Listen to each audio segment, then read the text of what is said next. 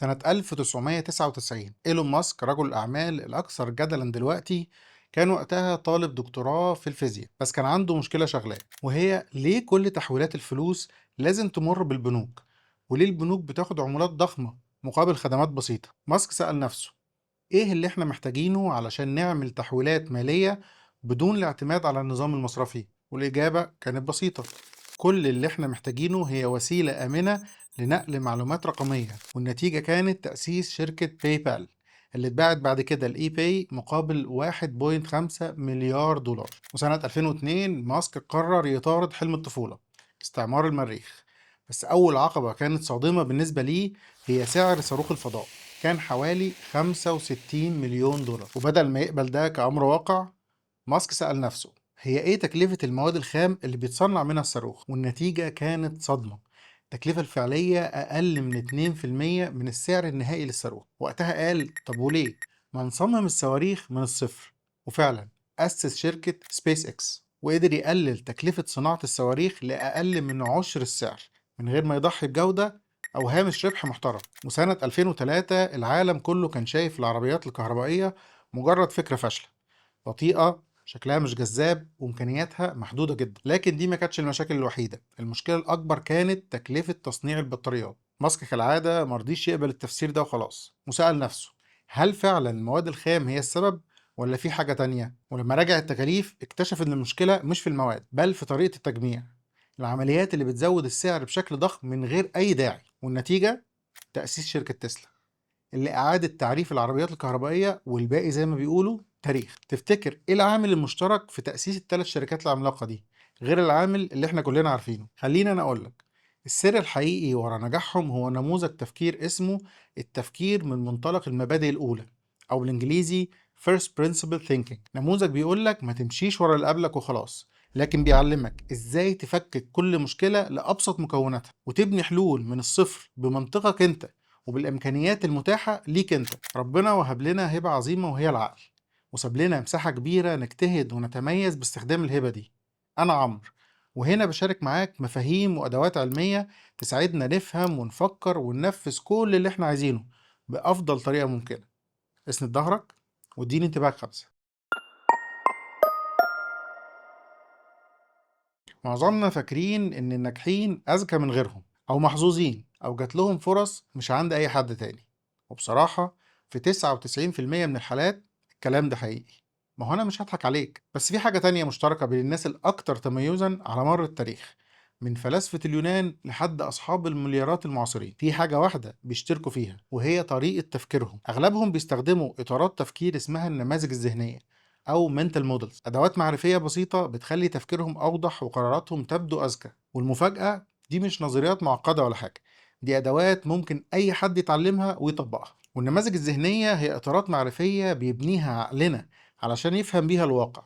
تقدر تفكر فيها كأنها ماكيتات صغيرة، نماذج داخل دماغك بتمثل العالم الخارجي بشكل مبسط، زي ما المهندس المعماري بيرسم مخططات وبيعمل مجسمات بتمثل المباني الحقيقية. عقلك كمان بيصمم نماذج داخلية تساعدك تفهم وتفسر وتحاول تتوقع اللي بيحصل حواليك. العالم البريطاني كينيث كريك كان أول واحد يستخدم المصطلح ده سنة 1943. اقترح إن العقل بيبني تمثيلات داخلية علشان يقدر يتوقع ويفهم العالم. بس السؤال هنا، ليه أصلا نحتاج نتخيل الواقع؟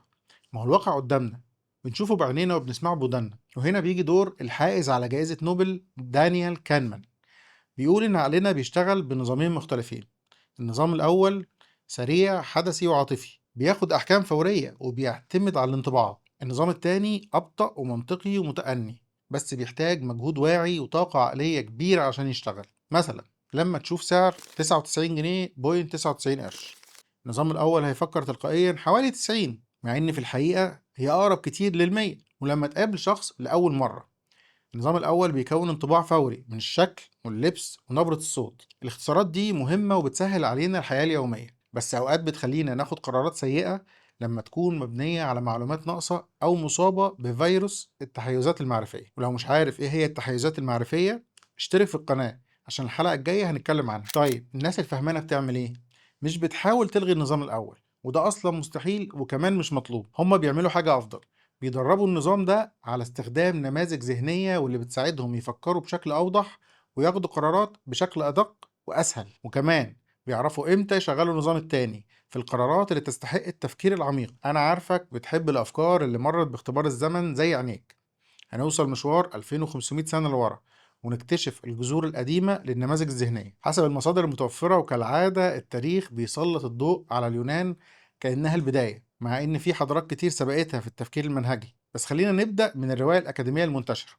القصة بتبدأ من أكتر من 2500 سنة في اليونان القديمة. طاليس المليسي اللي سموه أبو الفلسفة كان أول واحد يسأل إيه هو المبدأ الأول، الأساس اللي نقدر نرجع له ونبني عليه كل حاجة تانية. طاليس اعتقد إن المية هي أصل كل الأشياء، ورغم إن الفرضية دي كانت خاطئة من وجهة نظرهم، لأن رب العزة قال في محكم التنزيل وجعلنا من الماء كل شيء حي. طاليس كان منهجه ثوري، وبدل ما يقبل الأساطير والحكايات زي ما هي بدأ يدور على الأسباب الأساسية. جه بعديه تلميذه إنكسماندر، رفض فكرة المية واقترح حاجة تانية وهي اللامحدود أو أبيرون كمصدر أول للوجود، وده كان أول مثل موثق لاستخدام التفكير النقدي لتطوير نموذج ذهني المفروض إنه أحسن من اللي قبله. أرسطو بنى منهج منظم للبحث عن المبادئ الأولى. زرادشت قدم إطار أخلاقي ثلاثي: فكر طيب، قول طيب، فعل طيب. وطبعا داخل التراث الإسلامي هنلاقي القرآن الكريم بيحث على التأمل العقلي بشكل مستمر. شوف انت كلمة زي أفلا يتدبرون أو أفلا يتفكرون ذكرت كم مرة في الكتاب الكريم. كل ثقافة عظيمة وصلت لنفس الفكرة بشكل منفصل. الحكمة الحقيقية تكمن في فهم المبادئ والبناء عليها، واللي كان زمان فلسفة وتأملات فردية النهاردة بقى علم. نرجع لصديقنا دانيال كانمان اللي قضى أكتر من 40 سنة بيدرس إزاي الناس بتاخد قرارات، وفي بحثه الرائد الحكم في ظل عدم اليقين اللي اتنشر سنة 1974 في مجلة ساينس، اقترح إننا كبشر مش كائنات عقلانية زي ما بنحب نوصف نفسنا، إحنا كائنات عاطفية، وده بيخلينا فريسة سهلة لعشرات التحيزات المعرفية اللي بتأثر في قراراتنا اليومية من غير ما نحس. كانمان حدد 3 من أهم التحيزات المعرفية اللي عقلنا بيقع فيها دايما، والأولاني كان التماثل، وهو حكمنا على شيء بناء على مدى تشابهه مع فئة تانية معروفة بالنسبة لنا، مش بناء على احتمالات واقعية. والتحيز التاني التوفر، وفيه بندي وزن أكبر للمعلومات المتاحة عندنا حتى لو مش دقيقة. والتالت الترسيخ والتعديل، وده بيمثل تأثرنا بأول رقم أو معلومة نسمعها حتى لو ملهاش علاقة بالسياق. تخيل إنك داخل تشتري ساعة،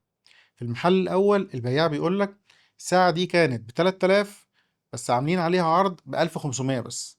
في المحل التاني تلاقي ساعة زيها ب1500 من غير أي عرض. في الحالة الأولى هتحس إنك كسبان كتير مع إنها تقريبا نفس الساعة ونفس السعر. ليه؟ لأن دماغك اترسخ فيه رقم 3000 كمرجع أولي وبنى عليه تقييمه لباقي المعلومات. طب نعمل إيه؟ هنبطل نثق في عقولنا؟ أكيد لأ. الحل مش إنك تلغي التفكير التلقائي، لكن إنك تجهز دماغك بأدوات تكشف الأخطاء الفكرية دي قبل ما توقعك في الغلط. وهنا بيجي دور النماذج الذهنية زي برامج مكافحة الفيروسات. كل نموذج بيساعدك تقفش تحيز وتعدله. نموذج الانعكاس ريفليكشن بيساعدك تفرمل قبل ما تتسرع وتفترض إنك دايما صح. بيكسر الثقة الزايدة اللي عندك بسؤال بسيط: هل عندي دليل كافي؟ هل ممكن أكون غلطان؟ نموذج تاني اسمه المرجع الخارجي أو outside view. بدل ما تبني توقعاتك بشكل عشوائي شوف غيرك عمل ايه في نفس الظروف. والنموذج ده بيواجه مغالطة التخطيط بسؤال: الناس اللي قبلي نتائجهم كانت عاملة ازاي في الظروف المشابهة. نموذج تاني اسمه المعدل الأساسي بيز ريت، ده بقى بيرجعك للبيانات والإحصائيات الحقيقية قبل ما تحكم بناء على التشابه والتخمين. وبيصحح تحيز التماثل بسؤال: كام في المية فعليا بينطبق عليهم الحقائق دي؟ فهم النماذج دي مش رفاهية، دي قوة لازم تمتلكها لأنها بتديلك تحكم في طريقة تفكيرك، وده هيساعدك تأدي في عالم المنافسة فيه على أشدها، مش بس من أقرانك من البشر، لأ. ال AI جاي ومطول، وعلى رأي نصر العقيل الله وكيلك لا أحكي لك. أنا سايبك طايح من أول الحلقة ومش لاقي حد يلجمك. الكلام اللي أنت مصدعني بيه ده في الفاضي ولا بيأكل عيش؟ اللي حليح يا سيد، بقيت مادي أوي يا صديقي العاقل. بص يا سيدي، تشارلي مونجر نائب رئيس بريكشير هاثواي قضى عمره بيجمع نماذج ذهنية من كل التخصصات: فيزياء، علم نفس، اقتصاد، تاريخ، وحتى البيولوجي. فلسفته بسيطة وأنيقة. بيقول إن الأفكار الكبيرة بتشيل 95% من الحمولة، فليه ما اخدش الافكار الكبيره من مجالات مختلفه واخليها جزء من روتيني الذهني؟ في ازمه 2008 الاقتصاديه الاف المستثمرين خسروا فلوسهم، لكن مونجر وشريكه وارن بافيت كسبوا مليارات. طب ازاي؟ مونجر استخدم نموذج الانعكاس inversion thinking. ما سألش ازاي نكسب، سأل ازاي نتجنب الخسارة. المنظور المختلف ده فتح له فرص كبيرة غيره ما شافهاش، لأنهم بيفكروا بالطريقة التقليدية. احنا بنستثمر عشان نكسب. وخد بالك، منهج مونجر مش وليد أزمة 2008. منهج مونجر متعدد النماذج الذهنية من مختلف التخصصات، قديم جدا، وقدر يحقق من خلاله عائدات استثمارية تفوقت على نتائج المنافسين لأكتر من 50 سنة. وده بمعايير السوق شبه مستحيل إلا لو عندك طريقة تفكير متفوقة. وده أحد جوانب الموضوع، مش بس إنك تفكر باستخدام واحد من النماذج الذهنية، لكن إنك تجمع نماذج ذهنية مختلفة وتخليهم يشتغلوا مع بعض. أقول له لحليح يقول لي منخر ومليارات وبورصة. يا بني آدم خلي عندك نظر، انا لسه متخرج ومش لاقي اكل. انزل لارض الواقع ما تشلنيش. بقيت مادي وعصبي يا صديقي العاقل. معلش، انا عارف ان الظروف صعبه ولازم نستحمل بعض. بص يا سيدي، النماذج الذهنيه مش بس القرارات الاعمال ولا الاستثمارات المليارات، دي ادوات بتخليك تحل مشاكلك اليوميه بفاعليه اعلى من طرق التفكير العاديه. مثلا عايز تتعلم مهاره جديده تديلك زقه في سوق العمل، بس دايما بتقول المقوله الكلاسيكيه الخالده: ما عنديش وقت. ماشي، خلينا نطبق نموذج التفكير من منطلق المبادئ الأولى ونسأل إيه العناصر الأساسية لأي عملية تعلم؟ الجواب هو وقت، تركيز، ممارسة. طيب هل لازم أخصص ساعات طويلة للمذاكرة ولا ممكن أبدأ بساعة بس يوميا؟ هنا نستخدم نموذج تاني، نموذج 20-80 أو باريتو، ونسأل ايه ال 20% من المهارة اللي عاوز اتعلمها واللي هتديني 80% من النتائج اللي انا عاوزها. نركز على 20% دول في الاول. يا سلام بقى لو تضيف كمان نموذج النمو المركب compound growth، واللي بيقول لو استمريت في تطوير نفسي بنسبة 1% يوميا النتيجة هتبقى مبهرة خلال شهور قليلة. والنتيجة انت مش بس هتلاقي وقت عشان تتعلم مهارات جديدة، انت بتتعلم بفاعلية وبتتقدم اسرع من ناس عندهم وقت اكتر منك. ولو اني متأكد ان انت عندك وقت كفاية، كلنا عارفين الوقت ده بيروح فين.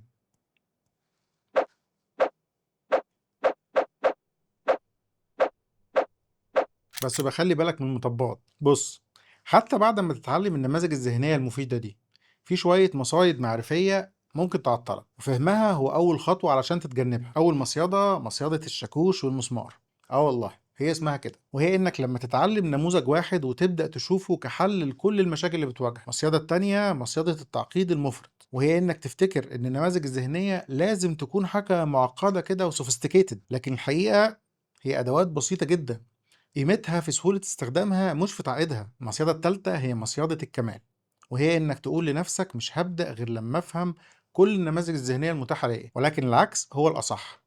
فهم شوية نماذج أساسية كفاية جدا علشان تبدأ، وصدقني هيعمل معاك فرق ضخم. بس أنت ابدأ. 4، مصيدة مقاومة التغيير، ودي بقى أخطرهم على الإطلاق. دماغنا بطبعه بيقاوم الأفكار الجديدة لأنها بتستهلك طاقة كبيرة.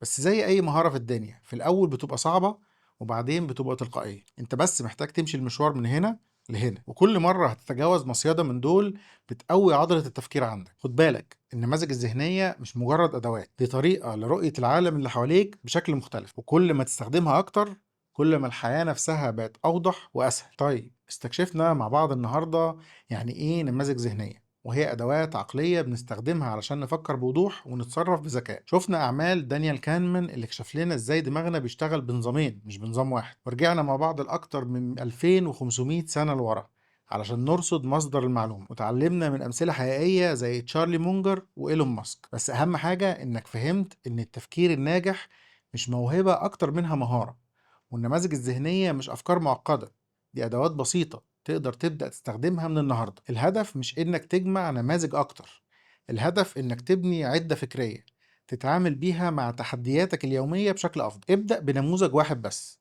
واستخدمه لما تواجه موقف صعب أو قرار مهم. كل مرة هتفكر بشكل أحسن، هتبني عقلية أقوى ونفس أطول مع الحياة. بس أنت عارف إيه أجمد حاجة في حلقة النهاردة؟ أجمد حاجة في حلقة النهاردة إنك تحت في وصف الفيديو هتلاقي كراسة عمل فيها كل النماذج الذهنية وكمان التحيزات المعرفية اللي احنا اتكلمنا عنها. انت تستاهل كل خير. تحياتي لكل اللي تحدوا الامر الواقع وصنعوا واقعهم الخاص. انتوا احسن ناس. سلامات.